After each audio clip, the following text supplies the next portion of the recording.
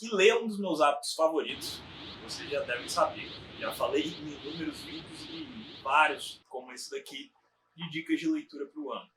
Agora, se tem um tipo de obra que eu gosto muito de ler, são as biografias. Elas guardam uma quantidade de aprendizados imensurável. Muitas vezes a vida de alguém que a gente admira, daquela pessoa famosa, pode nos ensinar muito, tanto com os erros quanto com os acertos. Se a gente fosse deixar para aprender sozinho, iria tomar muito tempo e dinheiro. E provavelmente a gente nem aprender as mesmas lições aprenderíamos, porque a vida de cada um é diferente. Isso poderia gerar uma frustração e, consequentemente, uma forma de enxergar a vida de maneira negativa. Por isso eu acho que biografias são essenciais para ajudar no nosso crescimento pessoal. Então, se você gosta de biografias e quer ouvir um pouquinho mais do que eu tenho a dizer nesse vídeo, fica aí que hoje eu vou trazer um assunto bem legal. Eu sei que você está querendo ver a resenha do livro do Rickson Gracie, Respire uma Vida em Movimento. Mas antes, já se inscreveu no canal? Então clica aqui embaixo, clica aqui no joinha, ativa o sininho, marca um amigo aqui, envia para um amigo, comenta. Cada vez que você tem uma atitude dessa, me ajuda a produzir cada vez mais conteúdos para vocês. A verdade é que, na época do Rickson Gracie, ali a família Gracie, desenvolvedora do jiu-jitsu brasileiro, a arte marcial mais eficiente do mundo até o momento, pelo menos até onde eu sei, nenhuma arte marcial desbancou, a imagem dos lutadores não estava das melhores. Rickson fazia parte também de uma geração de lutadores bricões, vamos dizer assim. Inúmeras cenas de Rickson arrumando confusão com lutadores de outras artes marciais no meio da rua se popularizavam naquela época do Rio de Janeiro, ali no final dos anos 70 e início dos anos 80. E isso perdurou por algum tempo. Tanto que a imagem da arte marcial não ficou bem vista durante muito tempo. Foi um trabalho feito por uma parte da família Gracie, principalmente pelo Carlos Gracie Jr., fundador da equipe Gracie Barra, que ajudou a trabalhar melhor essa imagem. Mas Rickson, hoje, faixa vermelha da família Gracie. The word of it, and we decided that we should not wait any longer to get this red belt.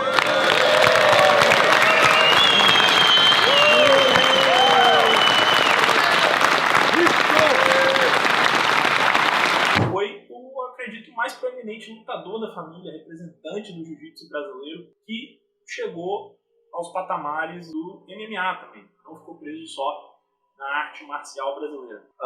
No livro Respire uma Vida em Movimento, Rickson traz valiosas lições sobre o seu passado, sobre sua vida, sobre sua biografia, sobre seus aprendizados no tatame.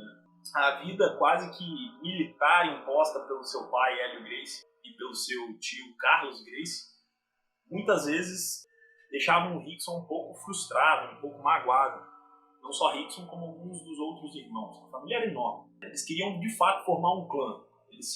Hélio e Carlos se viam como, literalmente, reencarnações de samurais japoneses.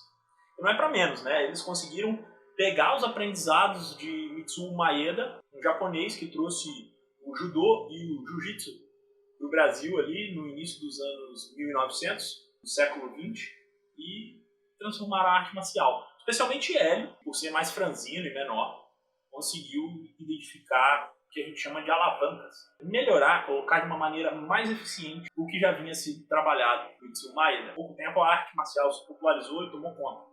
A família Gracie, que se mudou lá de Belém do Pará para o Rio de Janeiro, alçou a arte marcial a patamares de muita fama. E no início do século XX, vamos combinar, o Brasil era 100% conhecido aí, vamos dizer, pela capoeira, que nem a arte marcial é considerada uma dança, mas vamos dizer assim que era o que mais comum, além, claro, da luta de rua.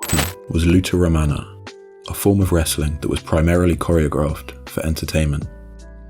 There was Luta Livre, which, unlike Luta Romana, was not choreographed and involved genuine wrestling matches.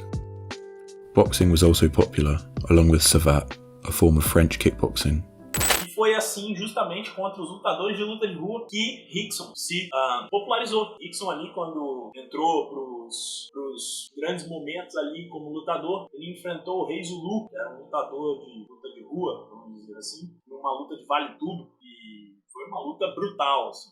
Rickson conta no livro, e no livro, assim, você fica imaginando a cena de uma forma quase que aterradora. A parte legal é que esse livro aqui biográfico, né, foi inspiração para José Padilha, mesmo diretor de Tropa de Elite, começar a fazer um filme biográfico sobre Rickson Gracie. E que até onde eu sei, vai ser o autor Cauã Raymond que vai viver Rickson. Cauã, que também é faixa preta de jiu-jitsu. Então, acho que foi uma boa escolha. Mas assim, quais são as lições que o livro Respire uma Vida em Movimento guarda pra gente, né? A verdade é que Rickson traz algumas lições essenciais. E a tom tem a ver com a respiração. Para Rickson, o trabalho de respiração que ele aprendeu ali com Orlando Cane, principalmente. I feel myself as an artist.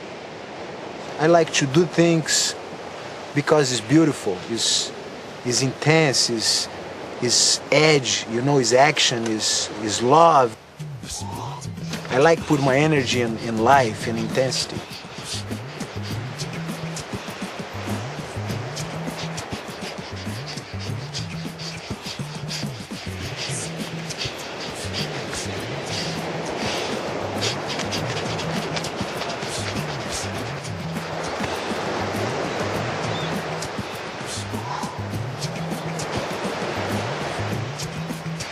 Without jiu-jitsu, it's worse than cut my 2 legs.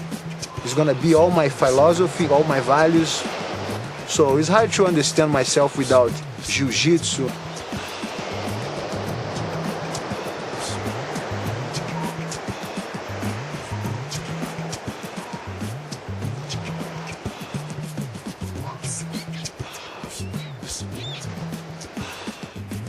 It's my time to do something important.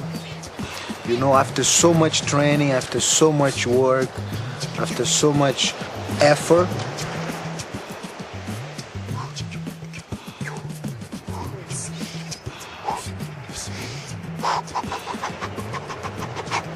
it's like a very interesting feeling when you feel yourself and your time to... Foi essencial para o desenvolvimento dele como lutador, que fez ele subir de patamar como lutador e se desenvolver muito mais do que ele imaginava que conseguiria.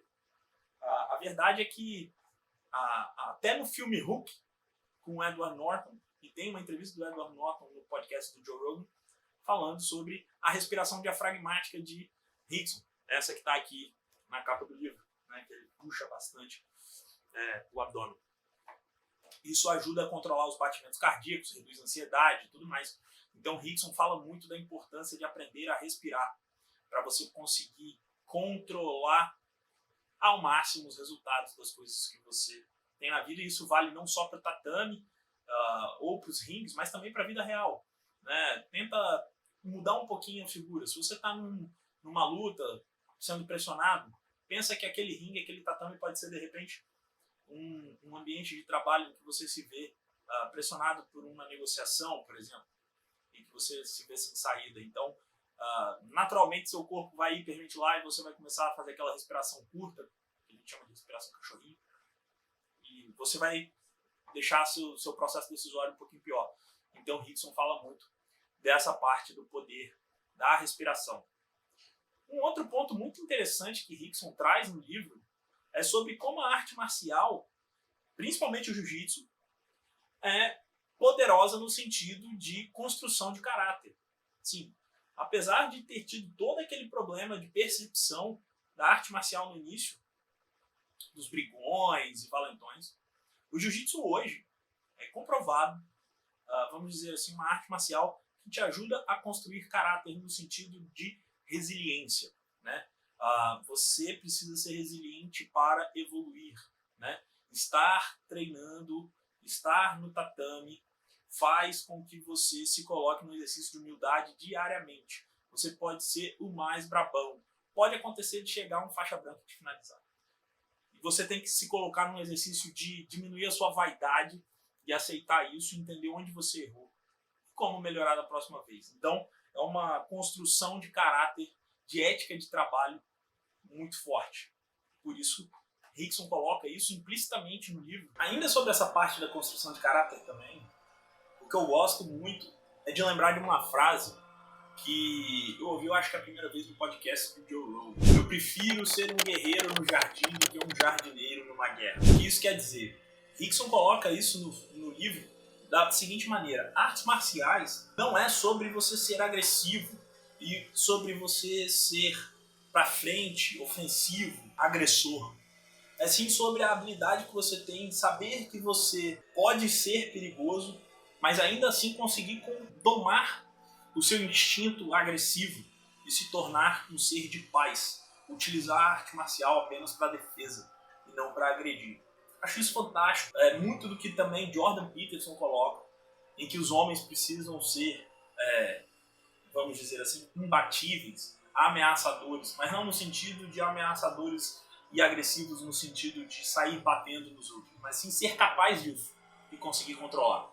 E a arte marcial é um caminho. Tem algumas passagens no livro que eu acho fantásticas.